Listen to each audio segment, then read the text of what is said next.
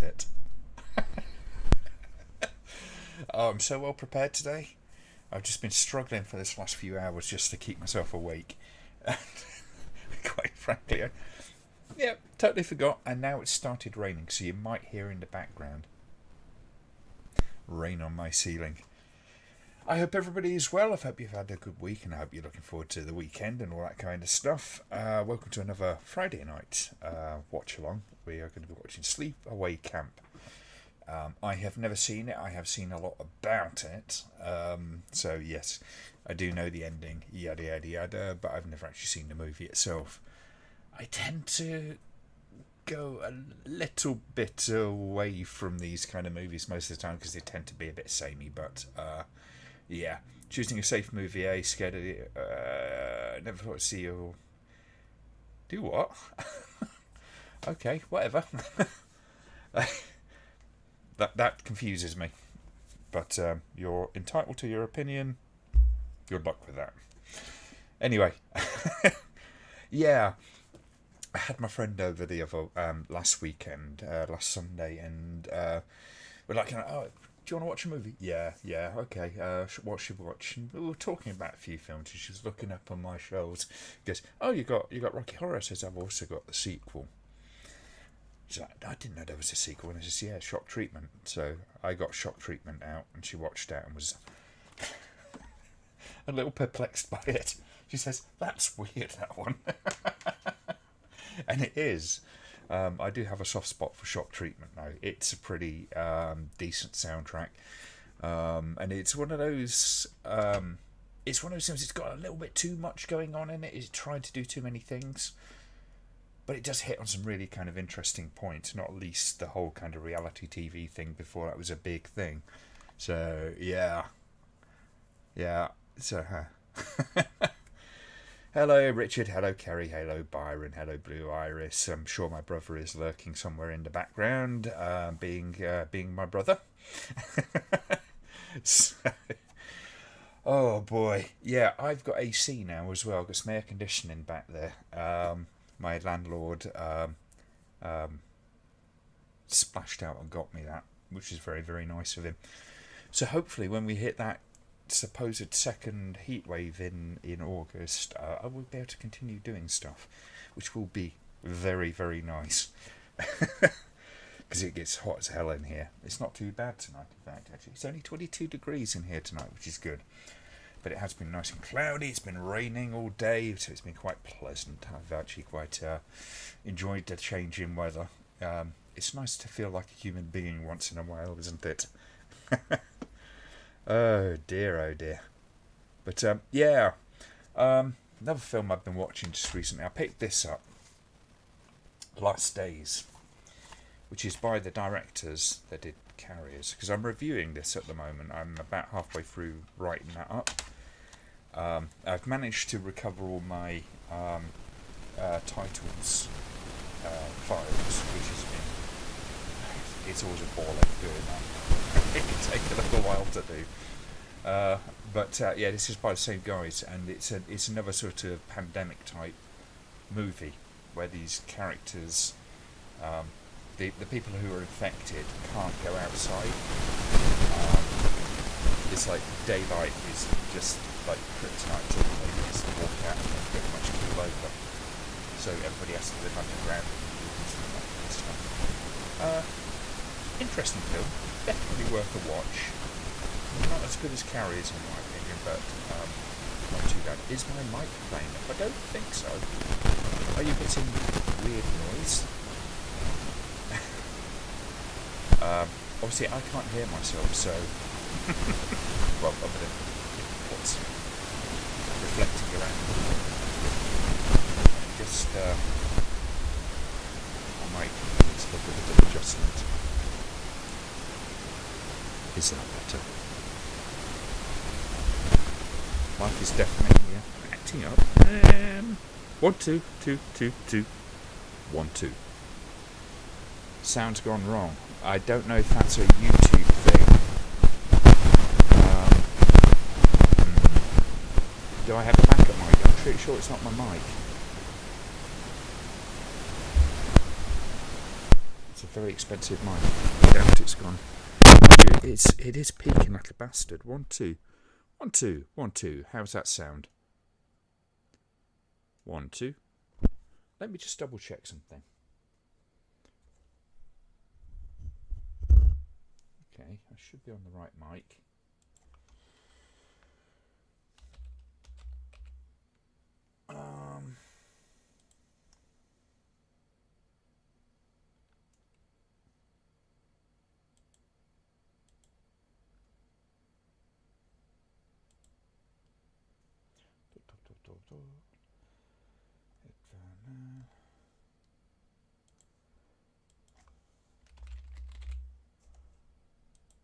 Control panel, whatever. I touched it.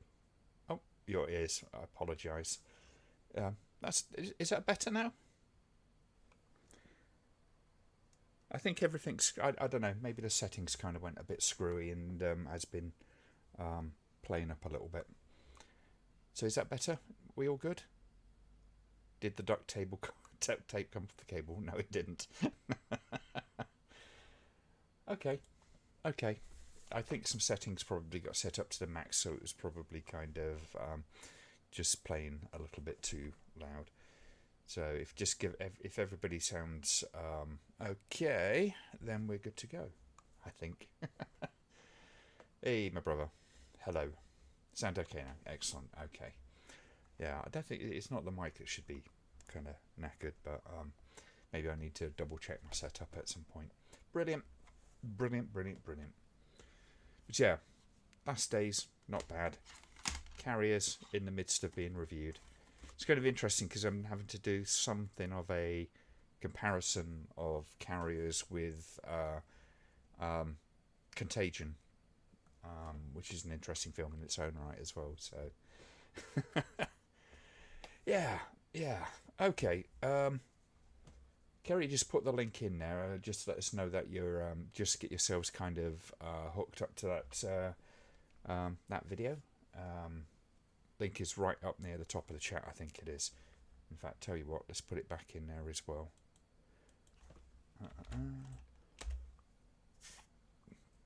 So there's the link in the chat. We'll get started in just a few minutes. Oh, blimey. Yeah, I don't know how many have seen Shock Treatment. If you haven't, and you're a fan of Rocky Horror, it's worth a watch, but don't expect it to be more of the same. It is it's much more satirical, is one thing. It's a little bit weird. It's definitely a lot cheaper. But, yeah, definitely an interesting film, and I love the soundtrack to it. But, yeah. I'm nearly on my holidays. So, Gary, I know you're in the audience at the moment. I'm going to be up probably Thursday, just to let you know. I'll do Thursday till Sunday, probably. So, yep, get the beers on, chill. So I've got a couple more days of work, and then I've got almost the entirety of... No, I've got the rest of August off after that, which will be great. I know this film had its detractors, but the score is really good. I'm kind of looking forward to seeing it. It is one of those, like, I've heard a lot about. Whether I like it or not is really kind of, neither here nor there. Some people... Shock Treatment has Jessica Harper. Yes, it does. And Cliff DeYoung as the Brad and Janet. It's the lesser known sequel to Rocky Horror, and it's only really a sequel in it. It's got Brad and Janet, and a lot of the cast came back. No Tim Curry though, but you got Charles Gray in there, and he actually gets to sing a couple of songs. Well, in a couple of songs, which is kind of weird. Yeah, he isn't much of a singer, but he seems to be game for a laugh. I'll tell you something, Jessica Harper really does have quite a singing voice. Very deep, actually. She has quite a deep singing voice. So give us a thumbs up when you're just about ready to go, and we will get cracking, and we will watch this. This is 84 and a half minutes long, so it won't be too much of an ordeal, even if you're not a massive fan of this film, I'm sure. One of the funny things is I'm going to be rewatching a Serbian film because I've been asked to participate in a podcast on Sunday. So we've got to talk about that movie again. But we will see. Right, let's smoke some mind-altering drugs and get this beauty. Oh, God. I've just got beer, I'm afraid. Brilliant. Okay, so stand by, folks, and we'll get cracking.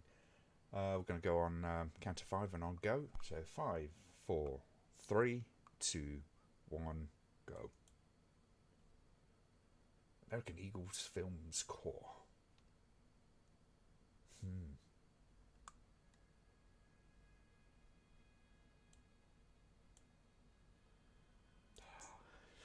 Don't hang around, really, did they, with the ominous sting, Sleepaway Camp?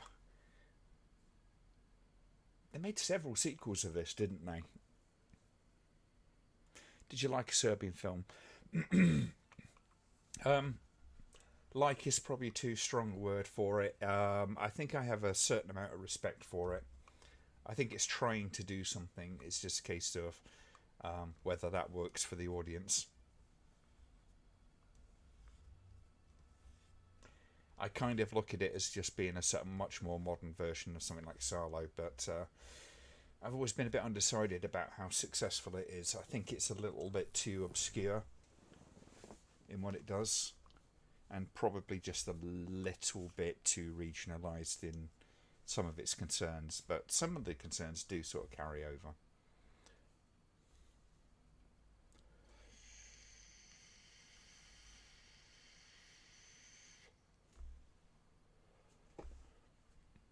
Still hoping Lampy will do an Ebola syndrome untold story double bill. Okay, it's very specific.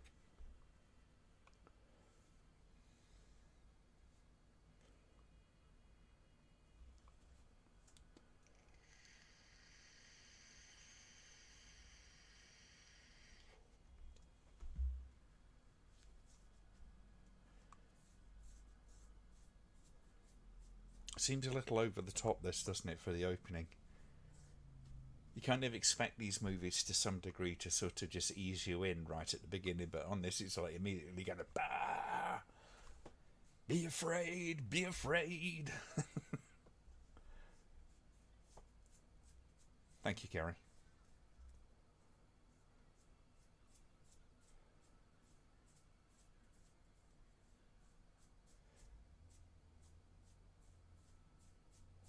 Well, the central girl in this, I saw on, I think it was Red Letter Media, they had a video of kind of young pregnant women, about young pregnant women on Best or Worst or something like that, and the girl that's in this is in that as well, which is a little odd.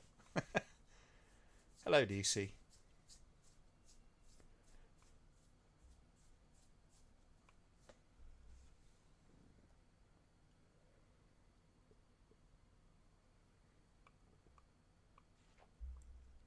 Oh, thank you, Kerry.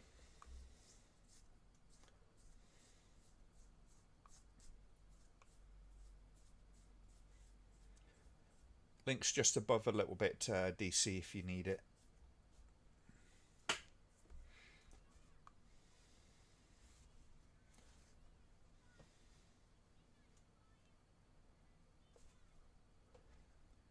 We are at 3 minutes 20 seconds.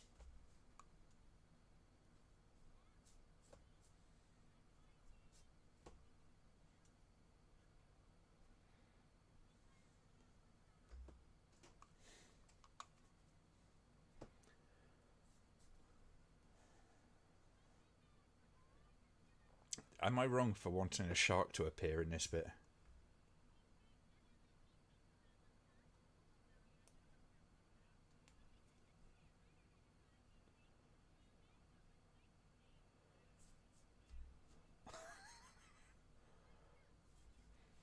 No, it'll be voiced by David Prowse's dad.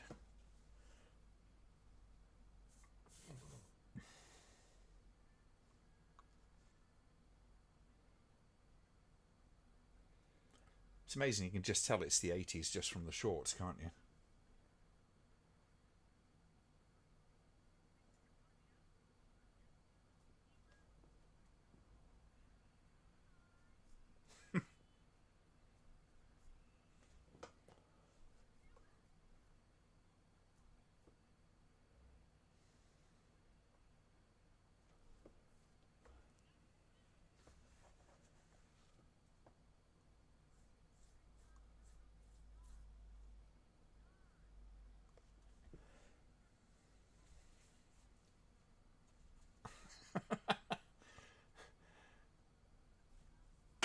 Yeah, it's not exactly being very mysterious about what's about to happen, is it?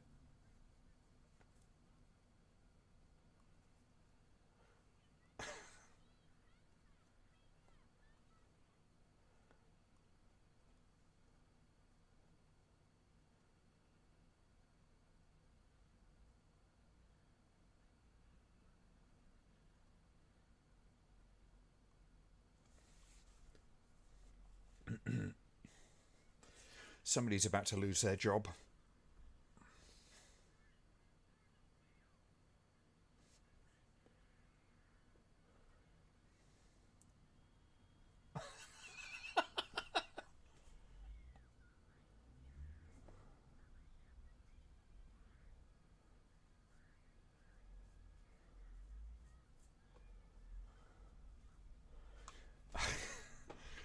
And that, ladies and gentlemen, is what happens when you operate a powerboat with an erection.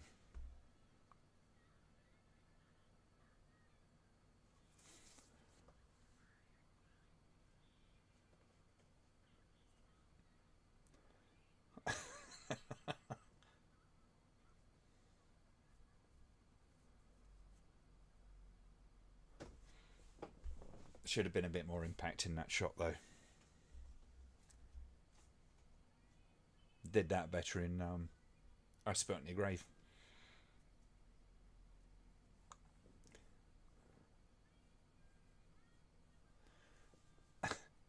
The acting in this is so believable. I've seen plenty worse.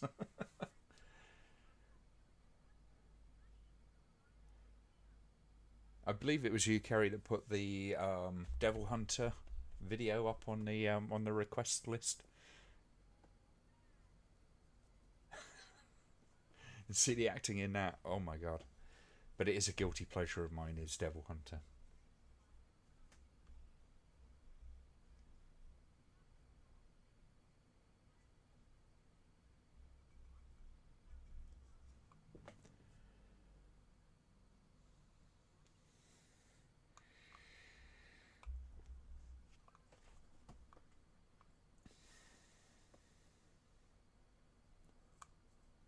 They look so enthused, don't they?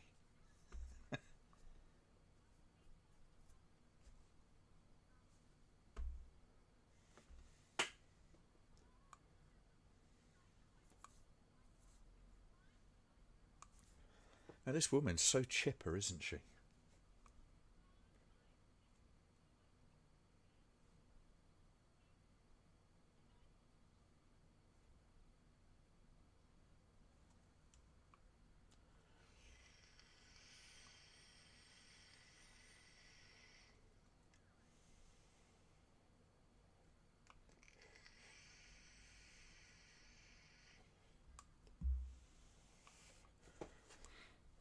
Some very enthusiastic sort of community theatre kind of level acting from this woman.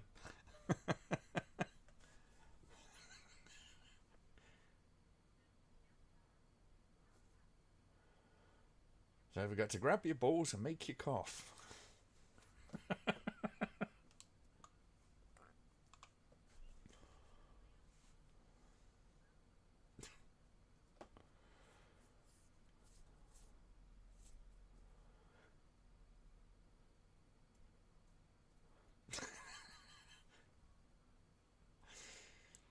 It's health and safety gone mad, isn't it, DC?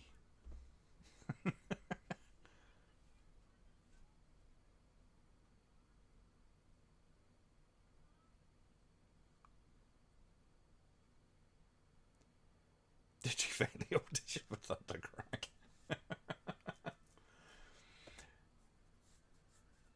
She's a bit insistent with her acting, but seen plenty worse.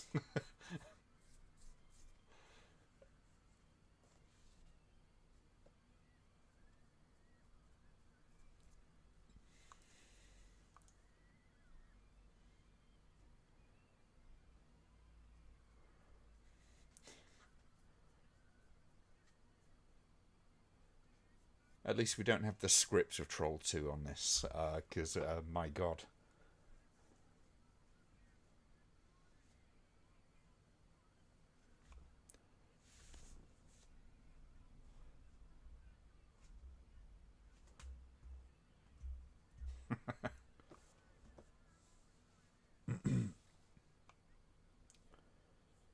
all these films about these summer camps, I always get the feeling that they must have been hell.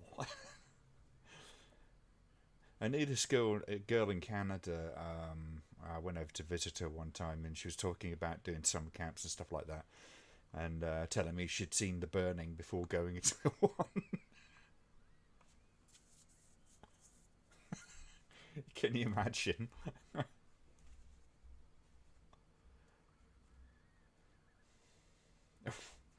He looks like a nice bloke, doesn't he? Ah, hello.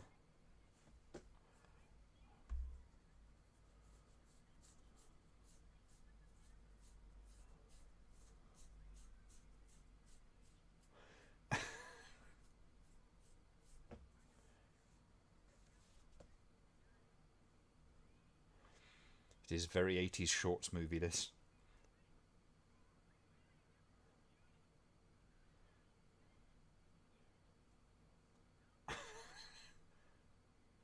Well, it was the 80s.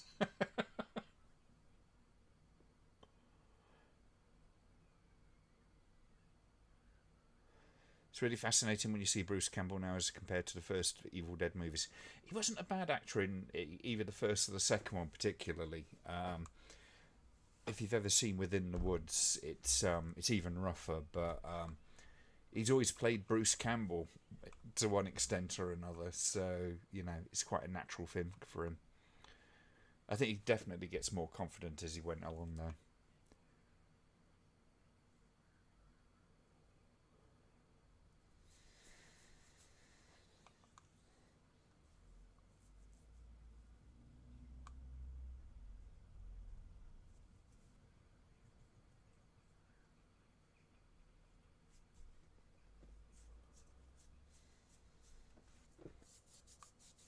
It's a very specific thing, isn't it? Saying, I'll be in hut whatever bunk, but lower bunk, third one along on the right, kind of thing.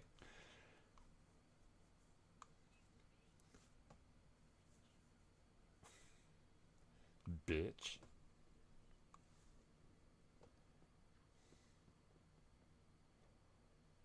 Uh-oh, we got the prima donna type.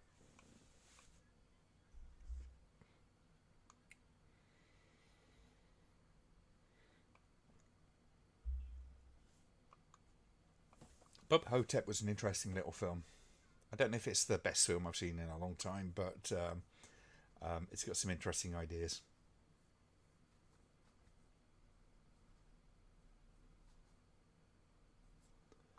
You've got the Bruce Campbell box set up there somewhere.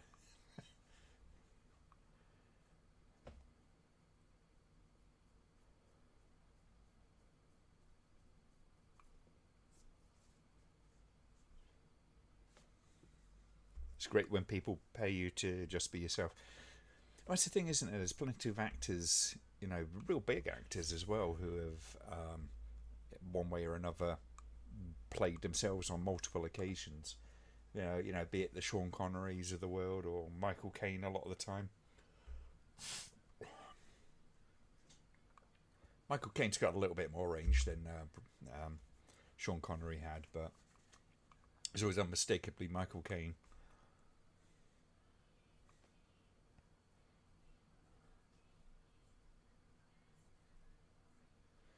You get those actors that don't really sort of disappear into their roles completely, to one extent or another.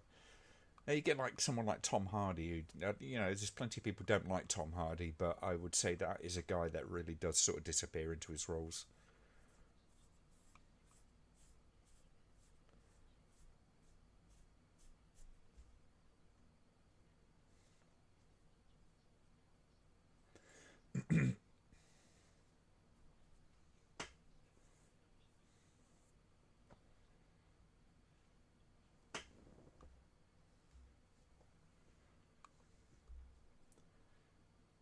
I would have hated these types of camps when I were a kid.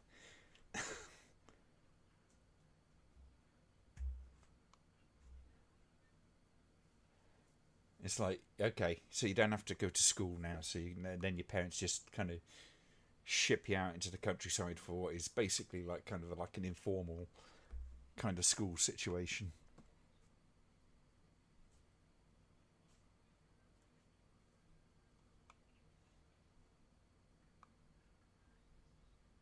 It is quite a combo, isn't it?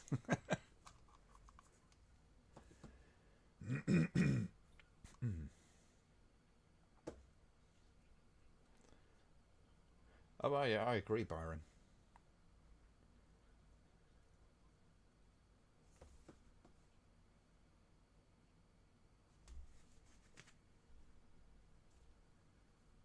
You went to one, did you, JR? Closest I did to that was going with the going camping with the scouts. I didn't mind that so much. Smaller group, all that kind of stuff. But if these films are anything to go by, I know going to one of these American summer camp things would just have been hell for me.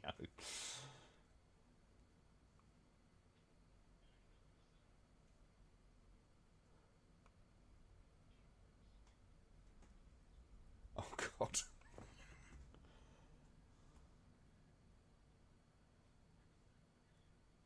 Oh God, he's going to feed us salami.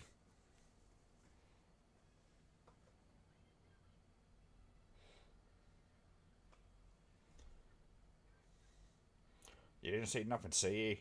Nothing going on here, see?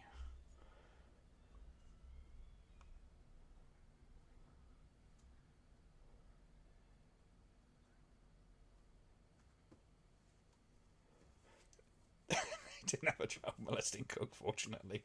That's always a bonus. You imagine it on the brochures for it. Guaranteed no paedophilic chefs.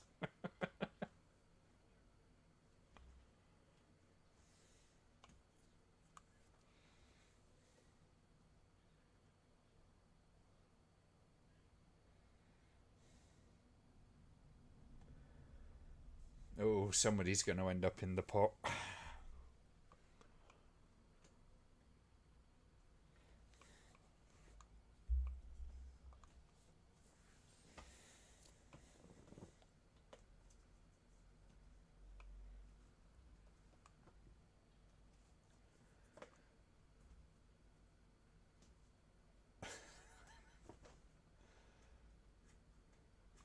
So one of the things with these films, you tend to find them a little bit sort of predictable. There's only so much you can do with the formula, but some of the films do this formula really, really well. I mean, first Friday the 13th is pretty well done.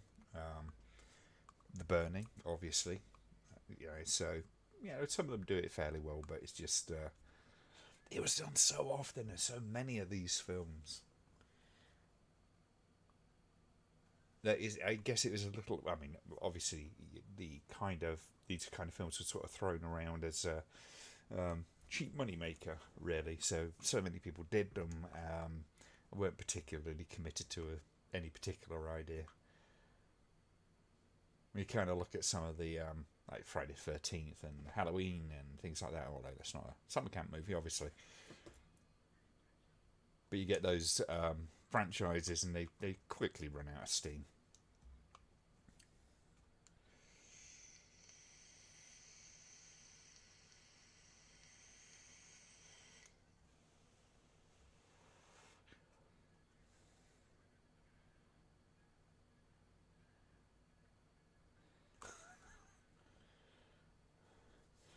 She's making the chef special, I guess.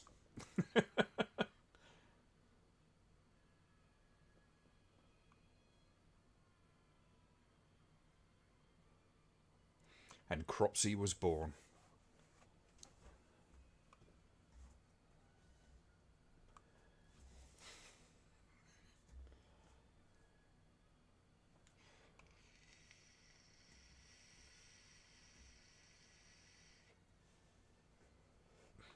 It's like one of those health and safety videos, isn't it? Do you do this when you're working in the kitchens? Use proper access equipment. Don't lean over boiling hot pans of broth.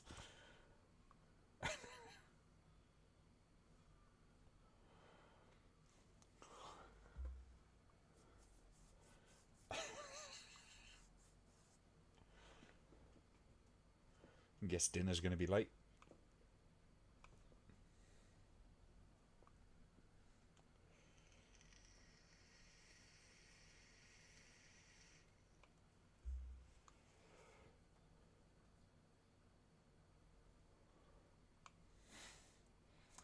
Leslie Nielsen.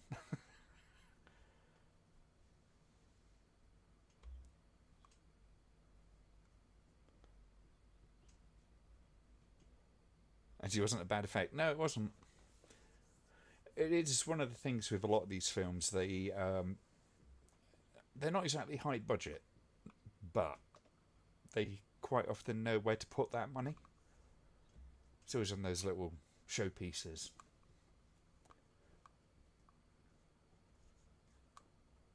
There aren't too many of these like big name actors and all that kind of stuff, so the budget tends to get kind of spent on the special effects, obviously.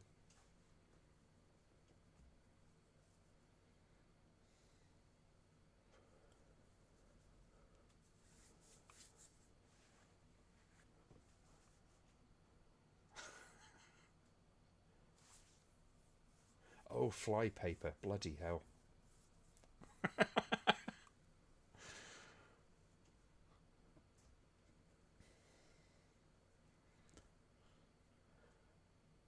always found flypaper something quite disgusting.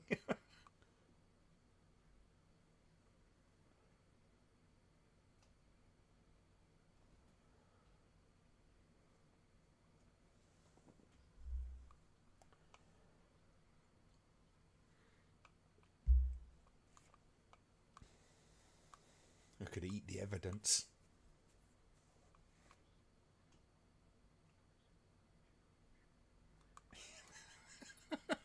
He found himself another job.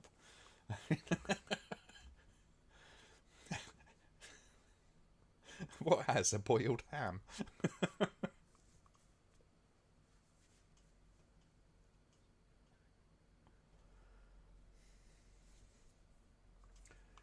It'll just take us 16 hours to boil up another pot of that water.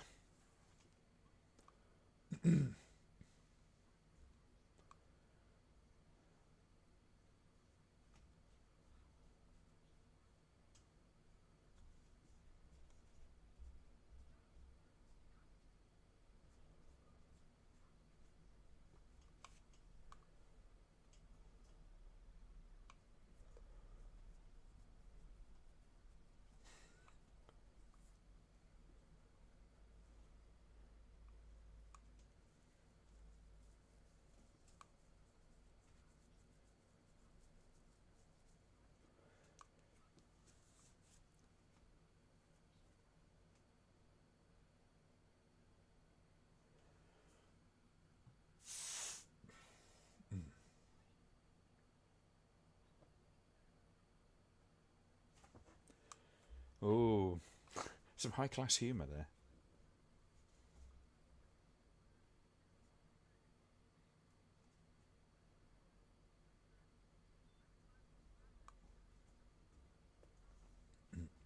What the hell kind of shirt is that he's wearing?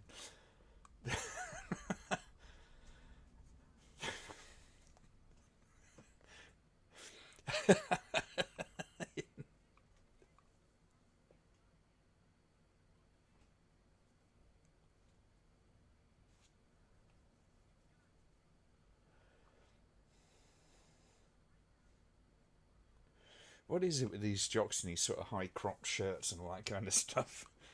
Wow. How was that ever a thing?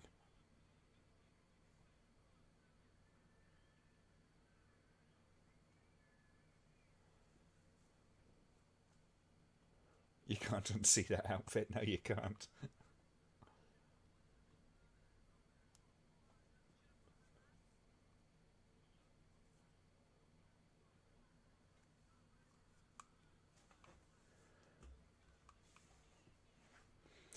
Moths have obviously been at that guy's that guy's shirt, yes. And they must be really hungry. Apparently, there's no chefs to eat around there. They're cooked and shipped out already. Remember being a kid in the 80s making fun of 70s clothes, wondering what people were thinking then. Now looking back, oh Lord, I think the 70s might hold up better, actually, yes. The 70s were always big collars and bell bottoms.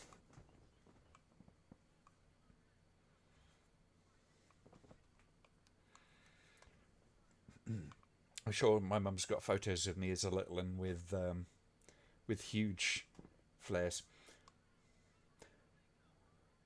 I used to have that game.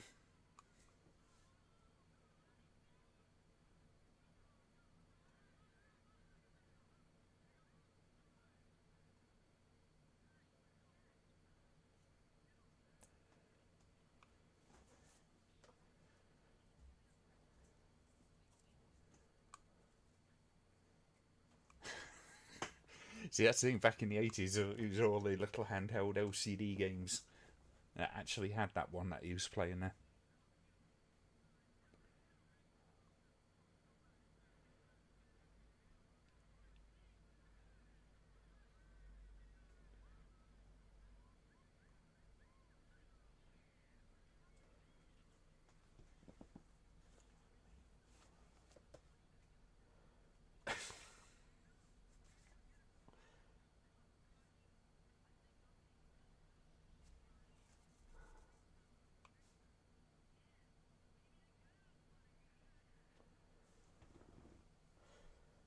I don't know, maybe the girls want that bloody shirt of his.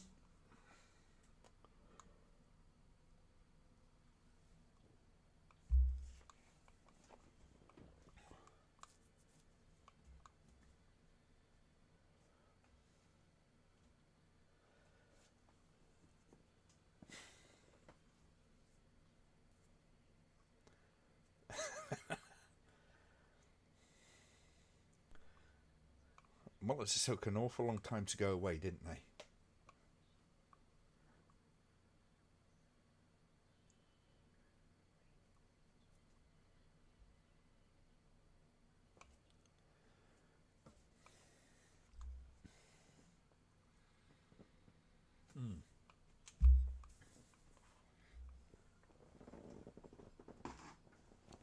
Be right back.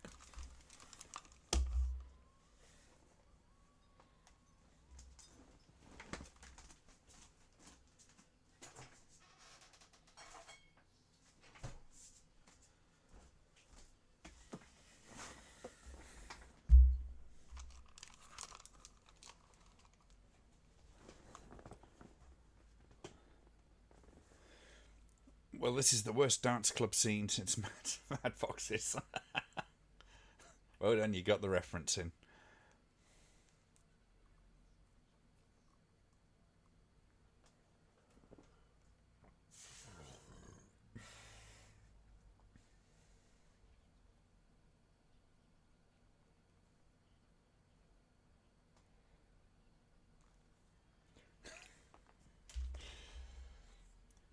So the metal boys in this aren't very nice people, apparently.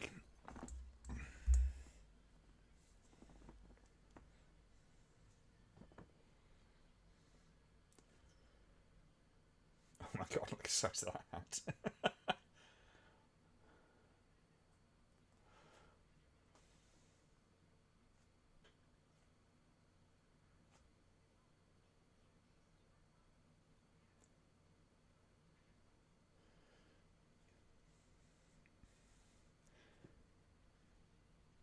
She went on to actually have a pretty decent career. I've seen her in a couple of bits and pieces, I think, along the way. It's GPH on the dance floor. Oh my god, that dance scene in that was outstanding. I still love that film though. Plaid trousers, yeah. A lot of people forget their fashion crimes of the 80s. I mean, seriously, it was like weaponizable.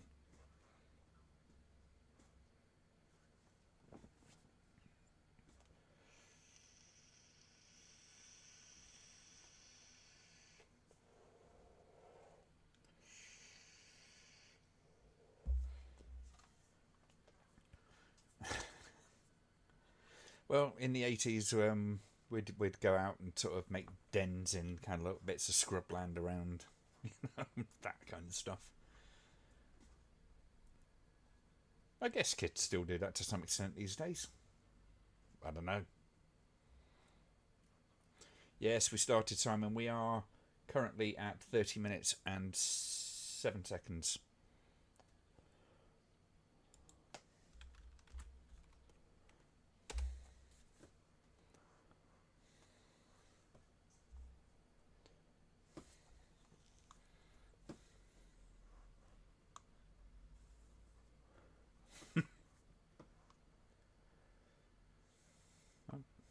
I'm guessing she didn't have to kind of learn an awful lot of script for this. It's just like stares mournfully, stares with concern, stares with interest.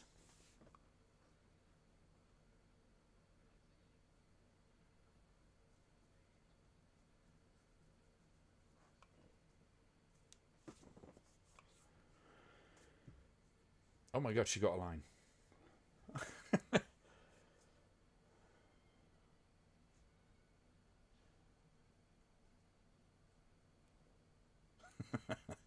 No matter what the sins of the 70s and 80s, nothing's going to look as ridiculous as saggy pants. Oh, every generation, every decade has its fashion faux pas, to say the least. Come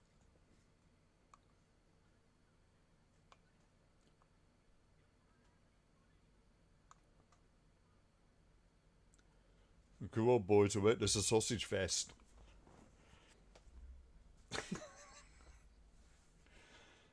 God, the jocks in these things are so obnoxious.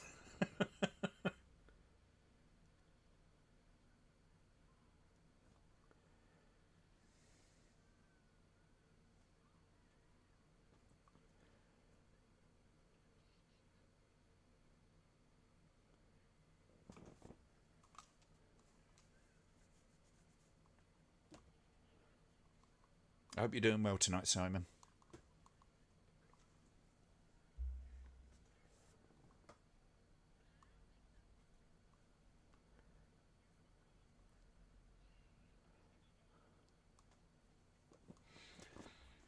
We tend to remember the best bits of most eras when it comes to fashion and art and all that kind of stuff.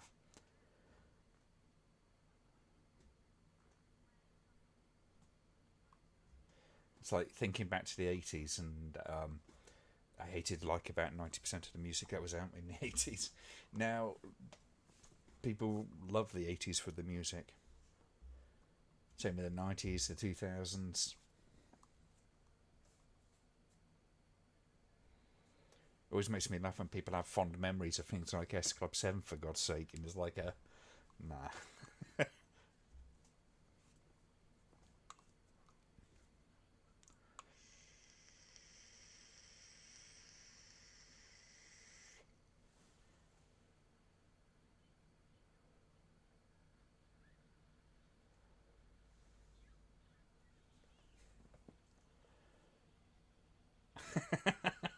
Oh, DC.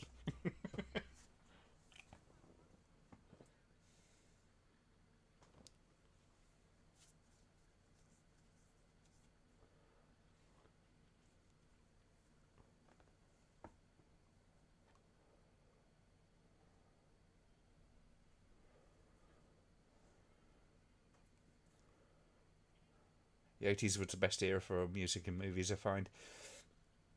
I'm more of a 70s guy myself when it comes to that stuff. Don't get me wrong, there's great stuff from pretty much any decade.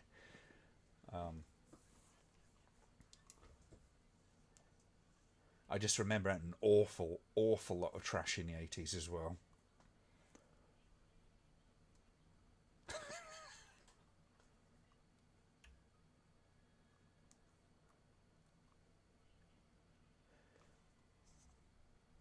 Timestamp, we are at 34 minutes and 30 seconds.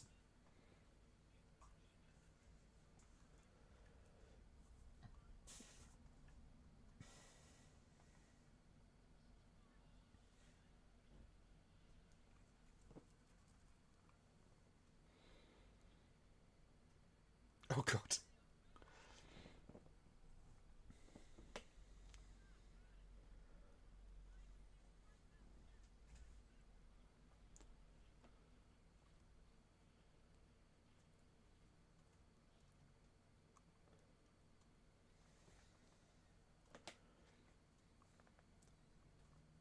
You can point to so many things in the movie world that were kind of very iconic in the 80s.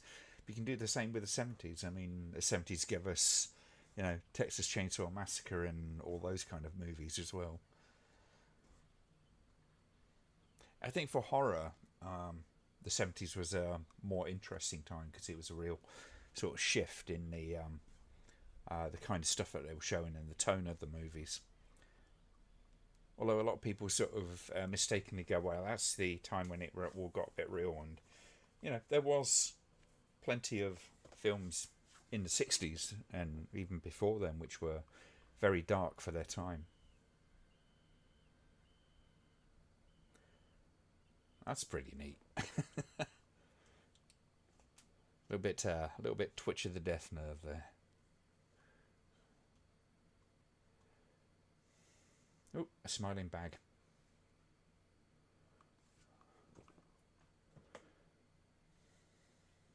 When the director of this film only made one other movie, you got to wonder some stuff.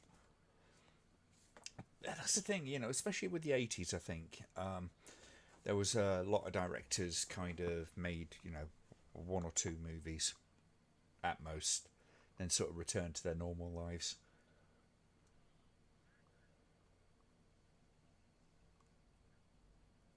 When you look at something like, right back in the 60s with Manos, for instance.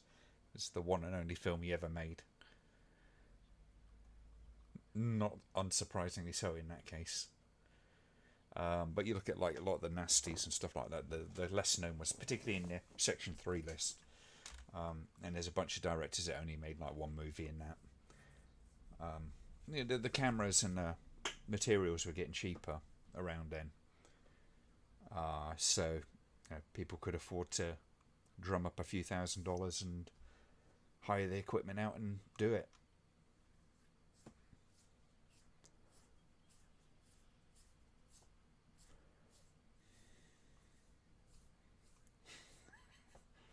You want the Mayor of Jaws sort of coming along, don't you? It's like the camp's staying open, it's all safe, everybody's fine.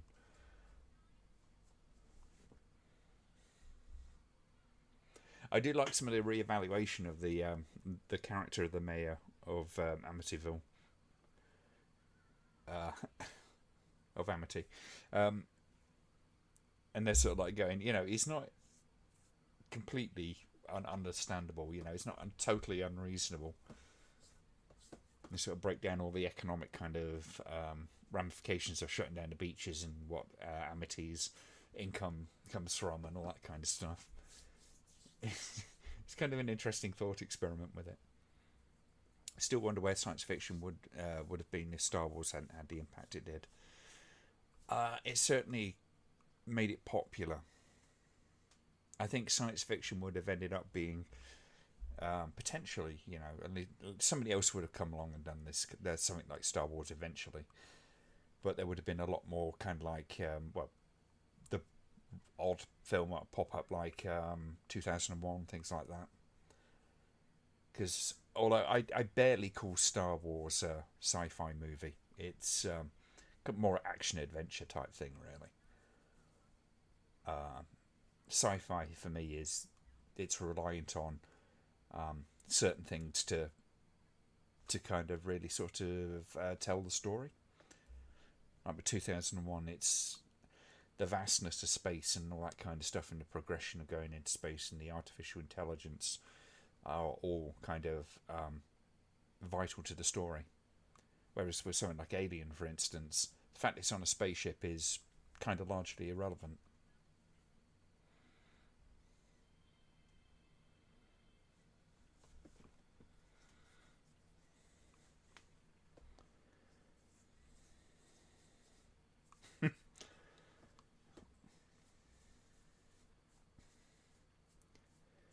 I think when we think of 80s films, there's a lot of the mainstream films that were kind of important to us and all that sort of stuff. But I think there were, the likes of us tend to think back to films like this and other kind of things. When I think back to the 80s, it's really sort of what I could only get on VHS for the most part. Evil Dead, RoboCop, Aliens, The Empire Strikes Back, yeah.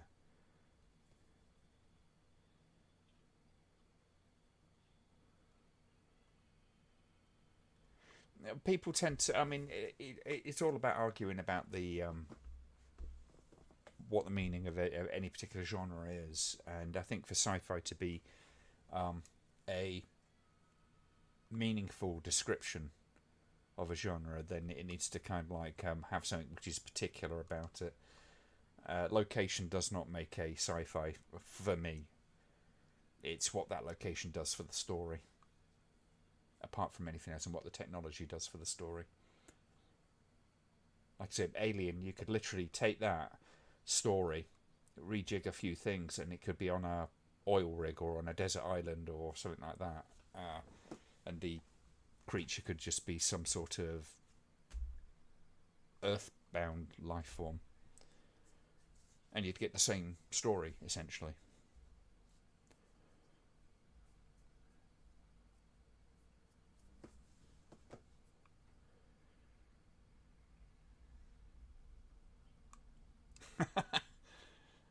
I do like Bloody Moon for all its faults.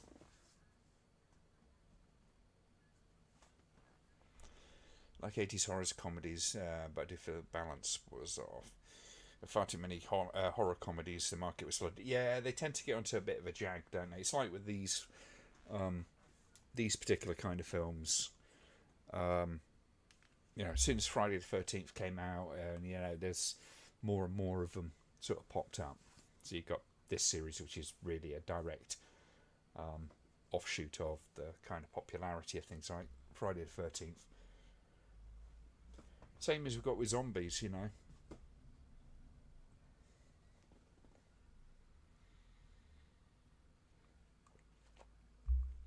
Talking zombies and stuff, I rewatched Serpent and the Rainbow the other day, which is an interesting little film.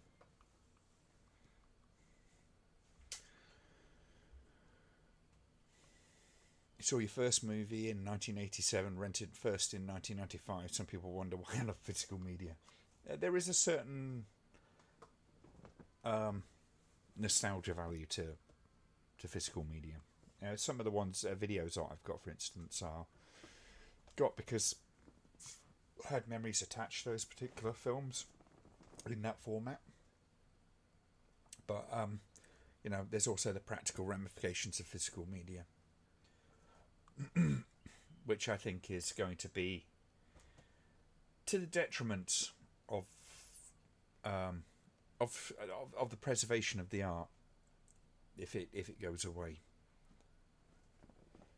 And I get the arguments, I don't like to have all that stuff hanging around my house, yada yada yada, and all that kind of stuff. But so many films have been saved by the fact that somebody's had a film reel knocking around, somebody's had a VHS knocking around, somebody had an audio cassette of an old Doctor Who episode that they recorded off of the radio, the BBC had deleted, that kind of thing. So it's kind of important, and you get to see some of the old cuts, because you can still get the original theatrical, close to the original theatrical cut of Star Wars and Empire Strikes Back and so on VHS if you look hard enough.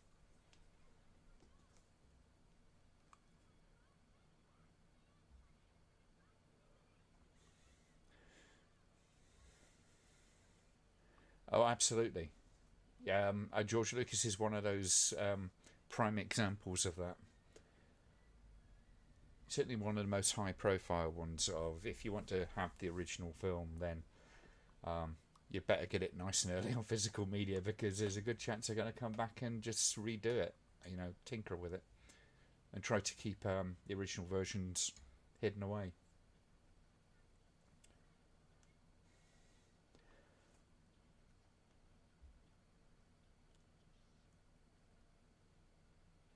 Yeah, you're probably right though, JR, and I don't think physical media will go away entirely. I think there will still be companies like Arrow and so on, and Criterion, who will keep doing them for collectors. It's just there'll be a lot less of them.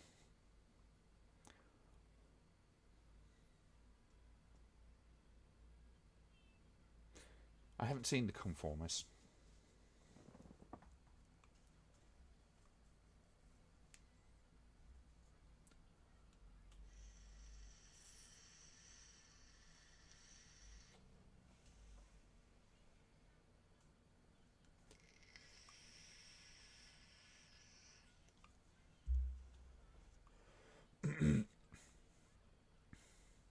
No, no, nobody's confiscating your physical media.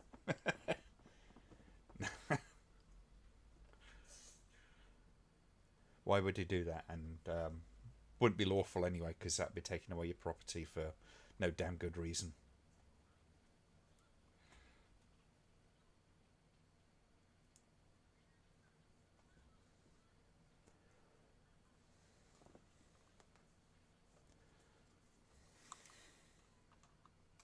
Hello, Kieran.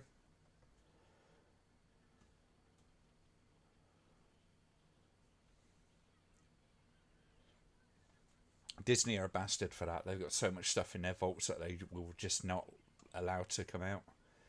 Sometimes they just sit on it because they either don't know what to do with it or it's a way of making it scarce and therefore more valuable.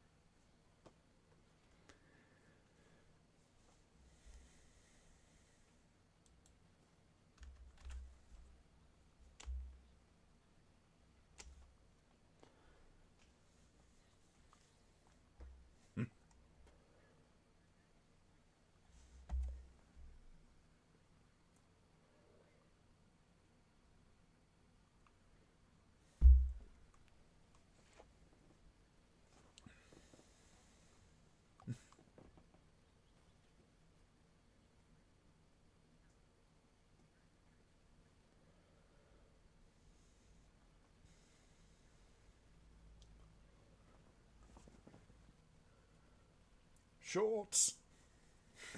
80s shorts alert! Same thing about physical games is tech is advancing so fast. If you don't have early systems, you can't play a lot of it. There'll always be emulation of one kind or another, but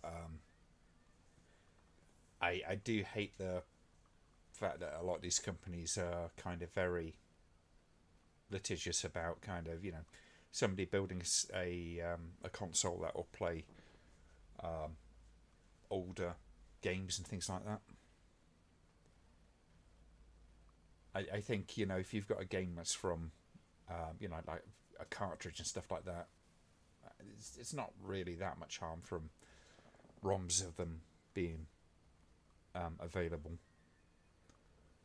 But now they do this kind of thing where they occasionally will release them as a paid for kind of thing, like the Namco sort of arcade thing. And I always get the feeling that they're just doing that because they want to have the excuse to be able to crack down on ROMs, rather than them really loving that stuff, or at least kind of like supply and demand, shall we say.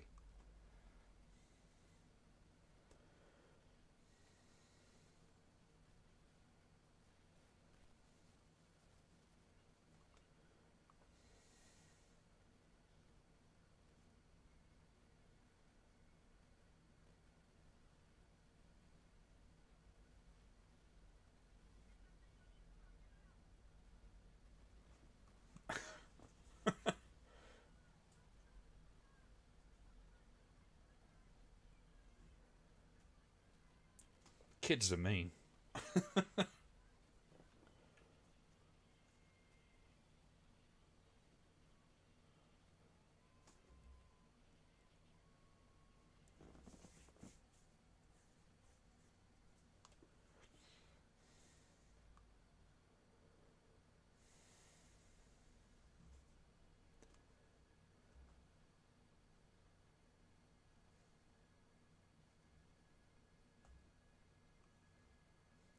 Well, that's pretty grim. You know, you're getting get a buzz out of this.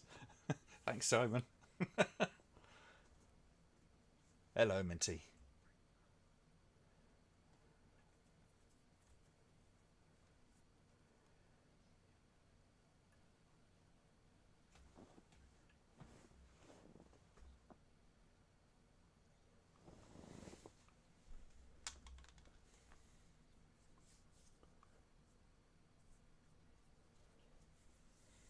Oh, Kieran.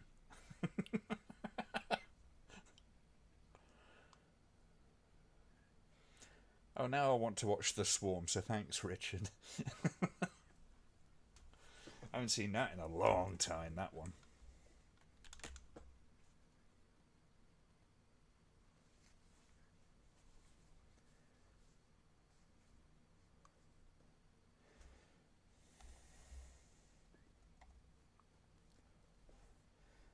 With this many deaths, even if it was entirely innocent, you would expect that place to be swarming with investigators, wouldn't you? Minty, we are at 51 minutes and 30 seconds.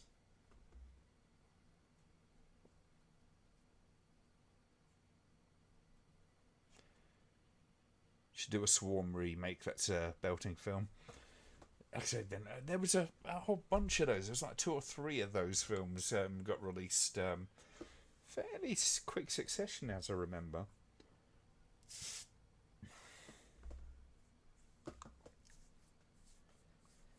It's a funny thing, isn't it? It's like kind of like you get the volcano films, 2 major volcano films come out together, and it was that whole time when it was like kind of like airline disasters and.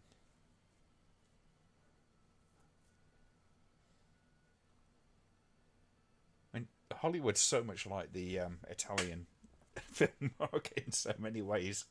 They just like to pretend they're a lot more respectable.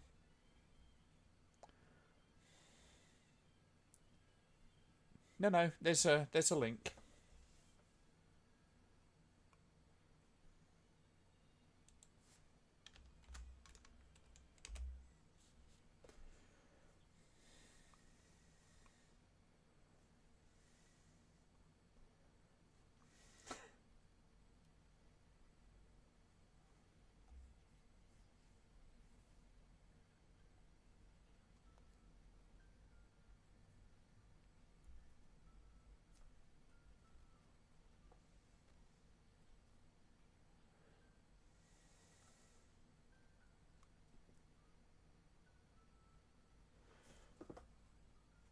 We got very surreal all of a sudden. This, ladies and gentlemen, is what childhood trauma looks like.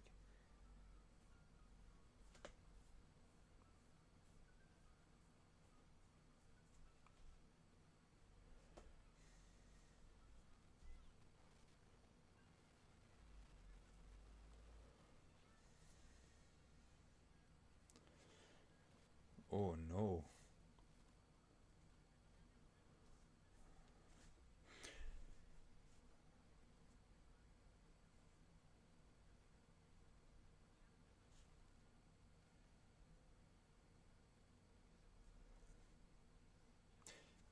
Now, kids, I know we've been doing all the normal stuff and you've all been dying off one by one, but we're going to distract you with something completely and utter inane.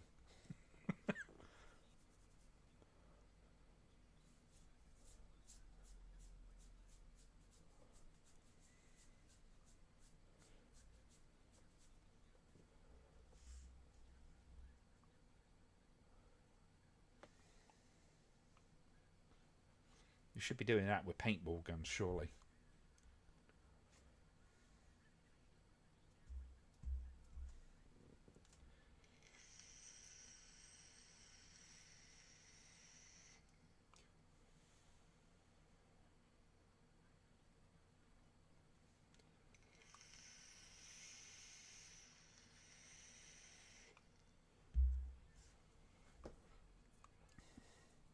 Angela! Angela! I'm acting!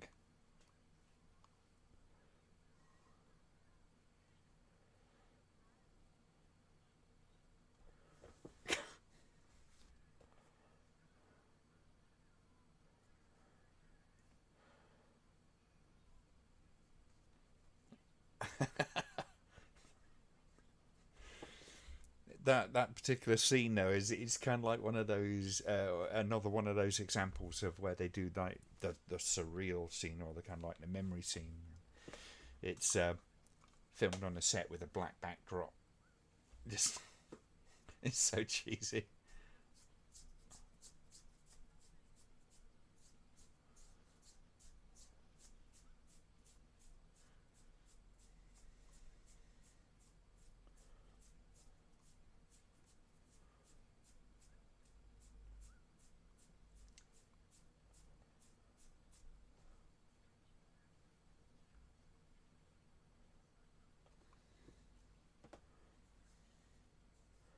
Go in the Woods has nothing on this movie. I would say this is a far better made movie. But I do have a certain amount of fun with Don't Go in the Woods.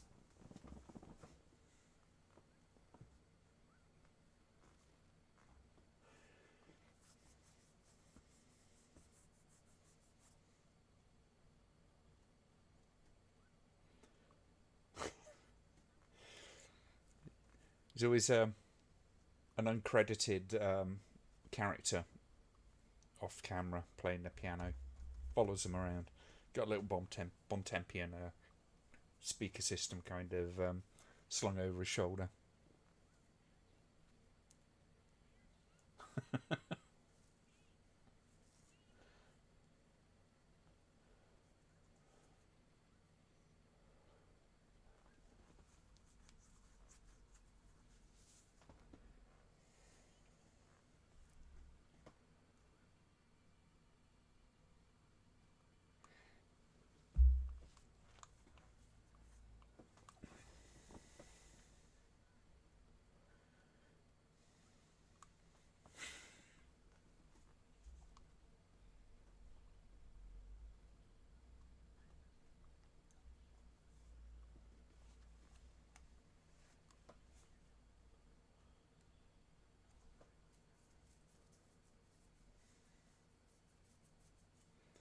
Angela's a bit of a moper.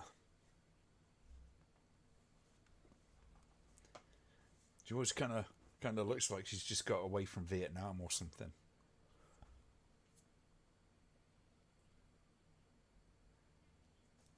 I think Sleepaway Camp was the only Friday the 13th clone that spawned its own string of sequels. It certainly had a fairly substantial run at it, didn't it?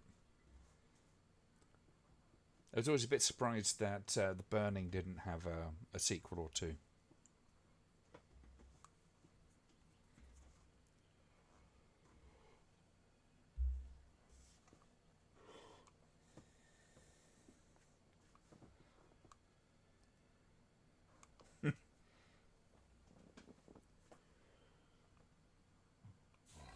Excuse me.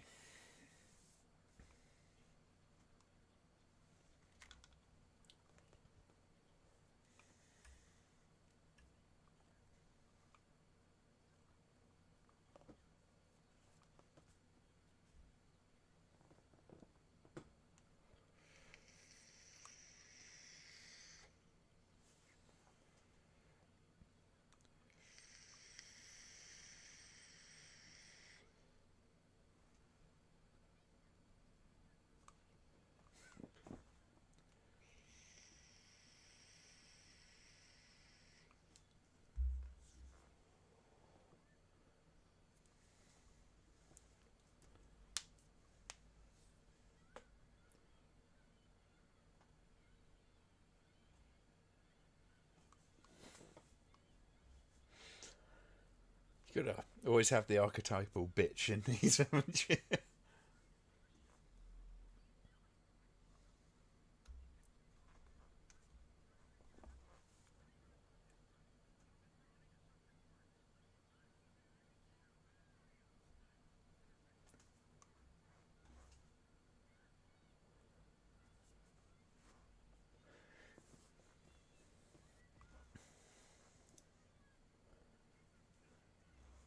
Yeah, I think we did do a Evil Speak.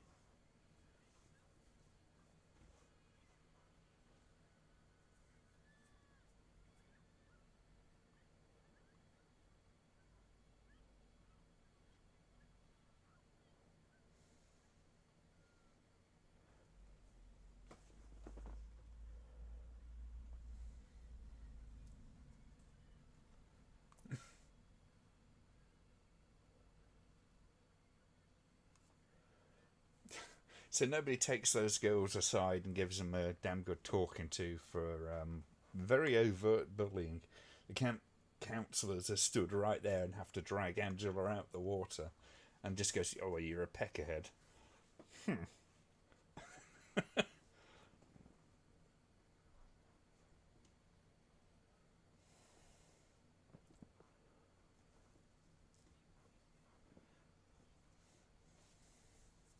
chili powder in the panties. I think that's probably the best revenge.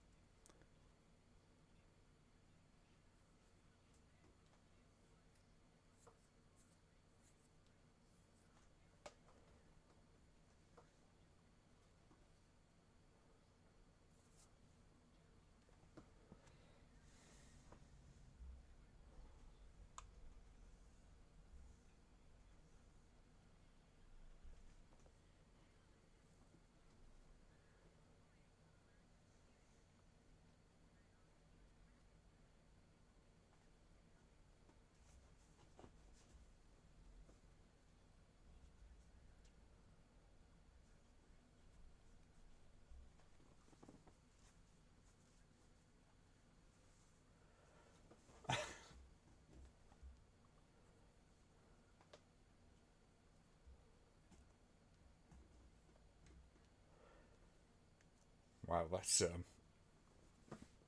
bit of an odd couple situation generating it. I'm not buying into that somehow.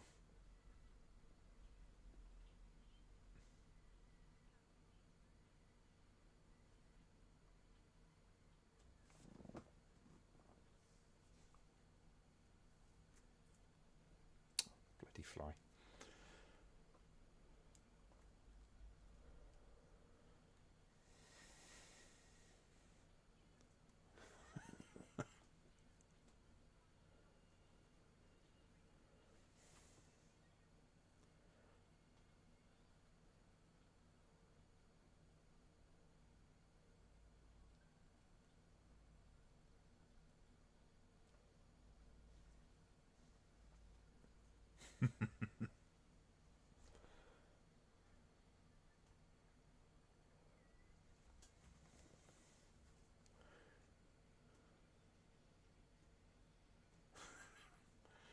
Craft work.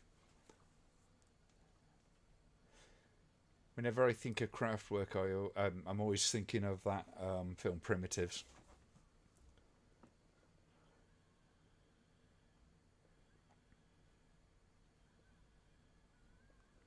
Ah, ah, ah. She's Shatnering it up there, isn't she? Shatnering in the shower.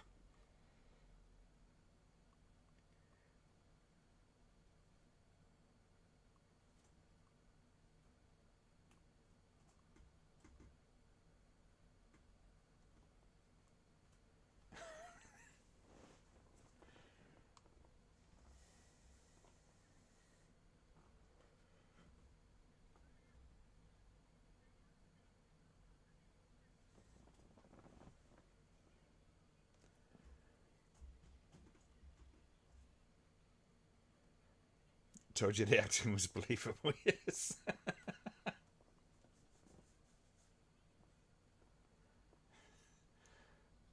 Oh, being stabbed. Oh, the pain. The horror. Oh. I should totally get a time machine, go back to the 80s and star in one of these movies. It's a very nice US Blu-ray of Primitives. Really, I'd quite like that because that is another one of those films I just find a lot of joy in watching.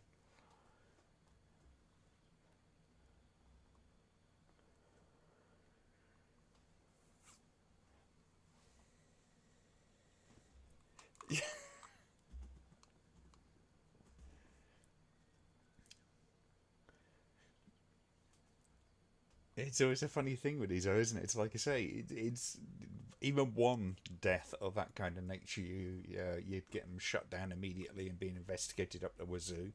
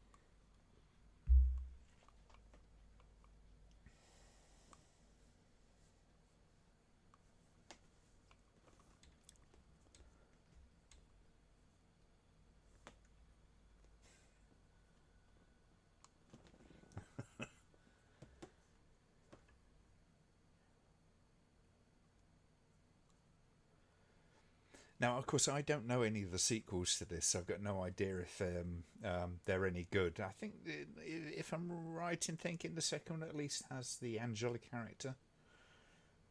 So you'll have to let me know if it's worth watching them.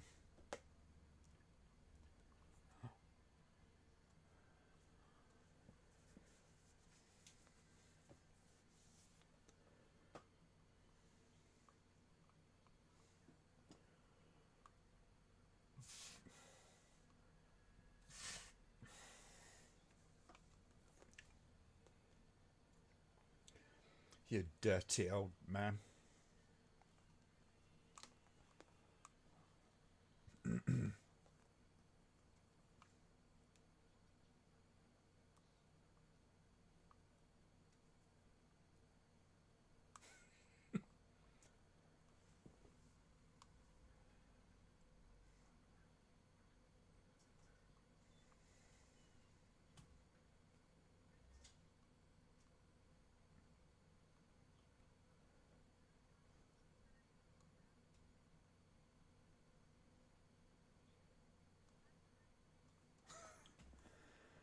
Sequel's alright. Second does have Angela. Third is horrible. Fourth, well, I won't spoil it. Okay.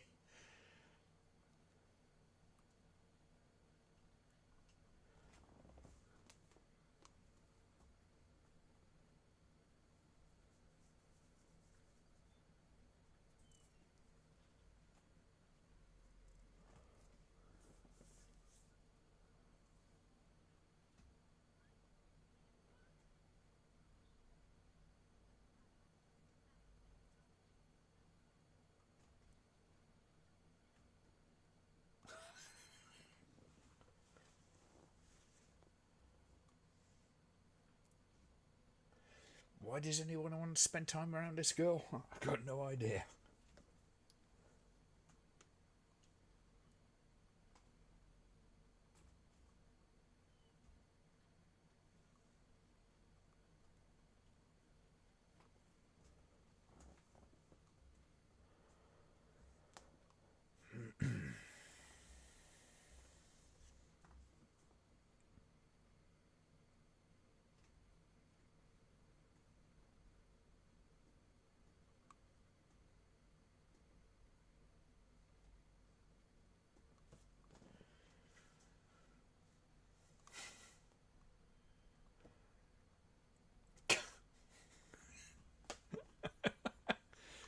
Yeah, special timers on these corpses. It's like they only fall out at a very opportune moment.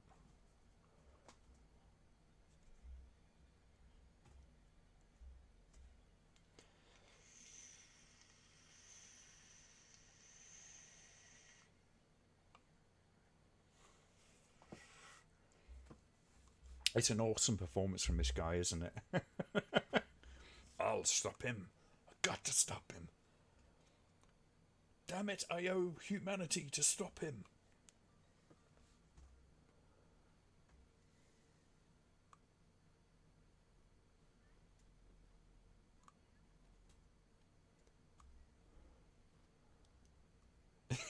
Exactly, Richard.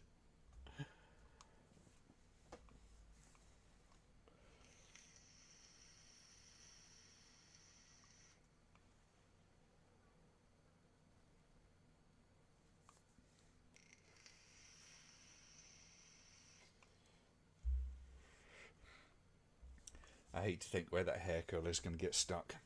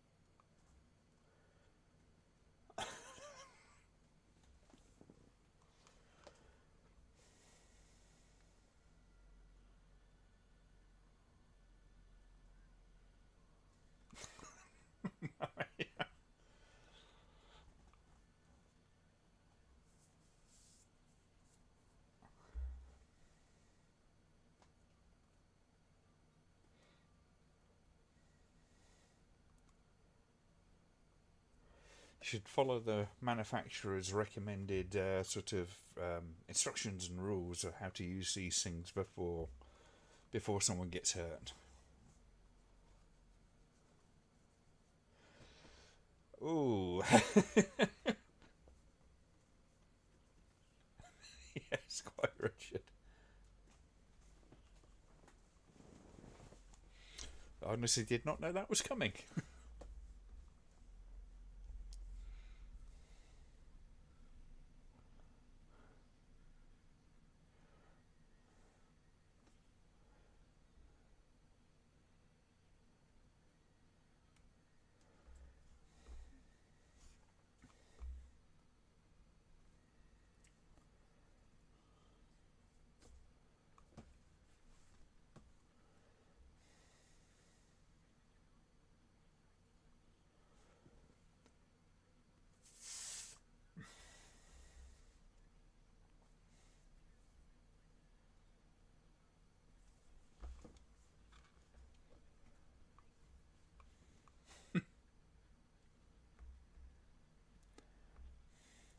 Was that a hardcore death?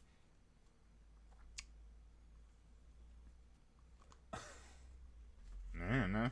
I only work here.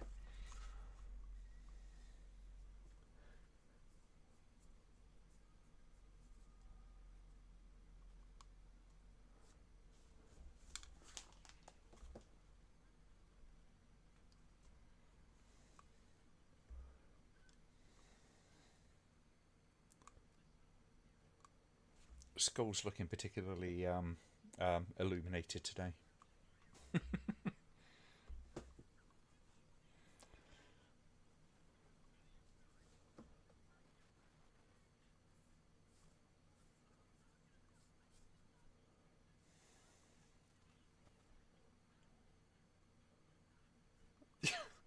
Oh my god. It's getting all mountain gorilla on him.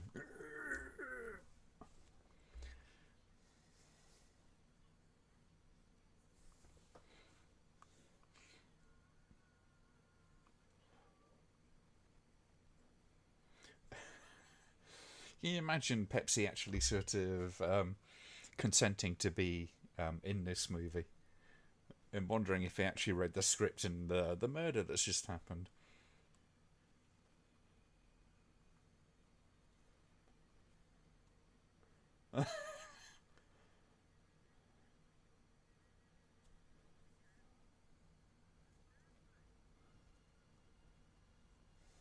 That's a pretty neat death.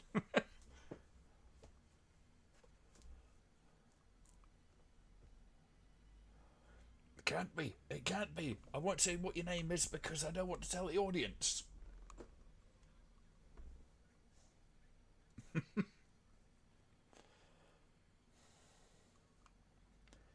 There used to be a cane above the blackboard in my primary school.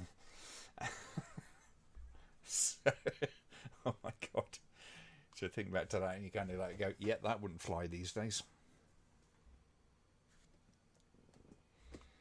And rightly so.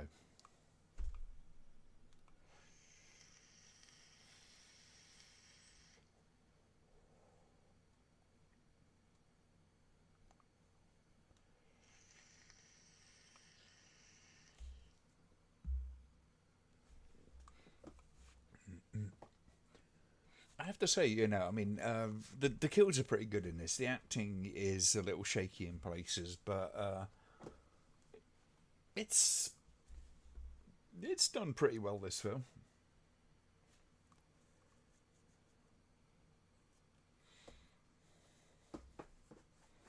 You got the meter stick plenty of times yourself.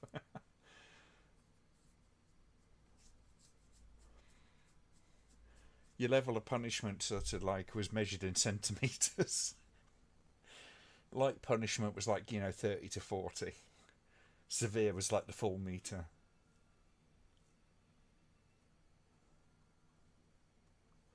It's all about the leverage.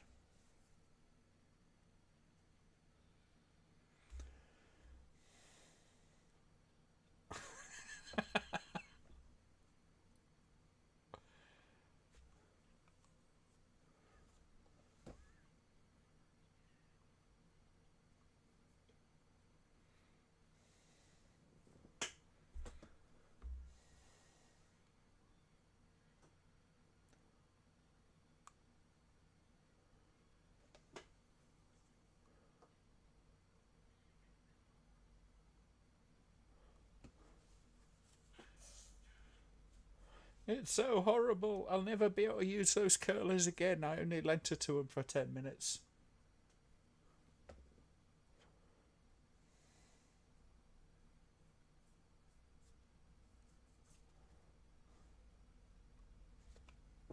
Fake moustache, yes. They clearly got the actor on set and went, "You look too young to be a cop."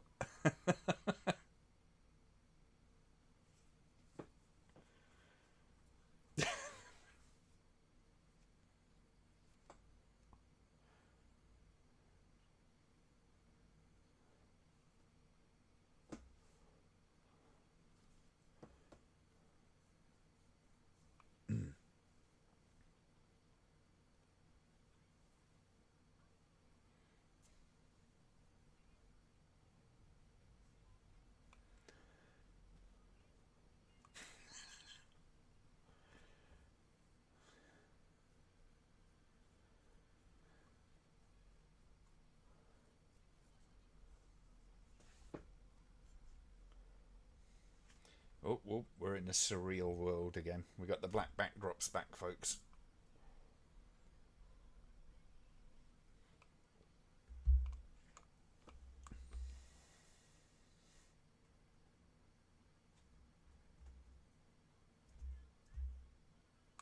Oh, well.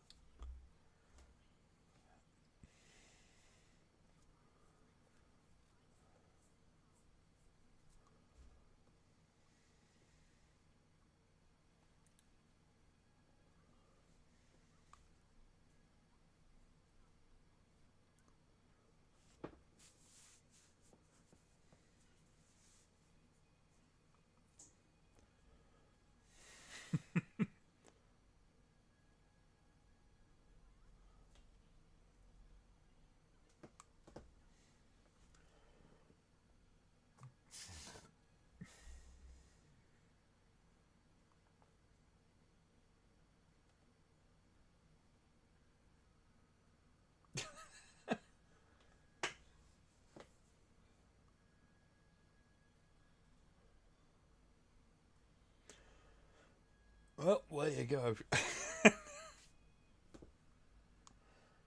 Very odd ending.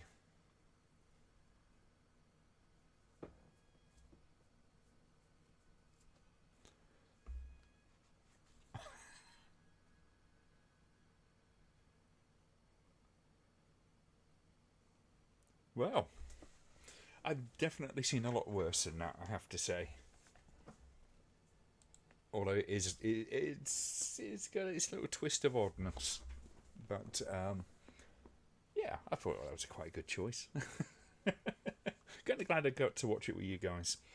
So yeah, is Angela the most spoken word in this film? Probably. I mean, she didn't exactly have Felicia Rose didn't exactly have a challenging time with memorising the script, I can imagine. But I mean, the thing is, it's definitely trying a story. It's not as lazy as some of this kind of summer camp sort of genre. It's really kind of trying to. It plays a plot, and plays around and kind of gives you little twists and all that kind of stuff. So yeah, I quite enjoyed that. I mean, you could look at the sort of politics of um, who the killer is and all that kind of stuff, and I mean, it's definitely sort of its time to say the least. But yeah, I imagine that was quite a shock the first time people saw that. Of course, I've heard about that before, so not a surprise to me. The actor wearing the Angela mask at the end had to get extremely drunk in order to get naked on camera. Oh my god. It's the look on the face, is like, and just holds it. I didn't know it was a mask, but yeah, good Mad Cat impression she does. Yes. Yeah, I mean, it's as it goes in this sort of genre, it's a pretty solid little entry. Um, it's imaginative with the kills. When it does show, kind of stuff on screen, makes a damn good effort at it. The acting is pretty much on par with what you would expect from a lot of these kind of films. So, yeah, I think it's pretty good. Are we having a double tonight? Probably not tonight. To be honest, I'm really tired today. I've had a hell of a week. But I should say, you know, obviously I'm going to be away next week, so there won't be a stream next week. But following that, I am off for August, so I'm sure we can figure out some other stuff to do during August to kind of make up for the lack of content. I think it'll kind of work. The shot is rather horrifying, the way they had to do it with the mask. It's kind of uncanny, isn't it? That's one of the things. I think that's kind of one of the things. It looks a little uncanny because the face is very kind of static and stuff. But yeah, interesting little film. Definitely makes an effort. So I'll have to give it at least one thumbs up. Going to get off anyway, website stuff to do. Alright, Simon, you take care and thanks for joining. So yeah. That was a good suggestion. I think somebody suggested, oh God, what was it? The Hitcher, which we'll do at some point soon as well. Probably the next one that we do, as long as I remember, of course.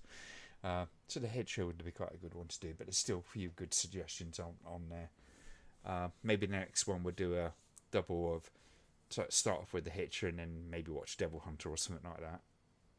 I know not all of you are Jess Franco fans, but I just enjoy the hell out of Devil Hunter. Yeah. But brilliant. Okay. So I think we'll call it a night there. Thank you for joining, and yeah, we'll definitely make the next one a double bill, and we might do 2 streams a week over August or something like that. No promises, but we'll have a look. We'll have a look at doing that. I think that'll be kind of fun. So I shall bid you all a good night. Thank you for joining, and thank you for the suggestion. I believe it was Kerry's suggestion, that one. So we've all got Kerry to thank for that. I enjoyed the hell out of it. So that's made my evening. So I've got to prepare myself to watch a Serbian film.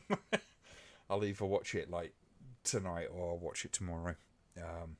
Get myself ready for the podcast on Sunday. And when it's done, when it eventually gets posted, I'll give you a link to it. I think that'll be kind of fun. Bloody Moon is Jess Franco. Yes, it is.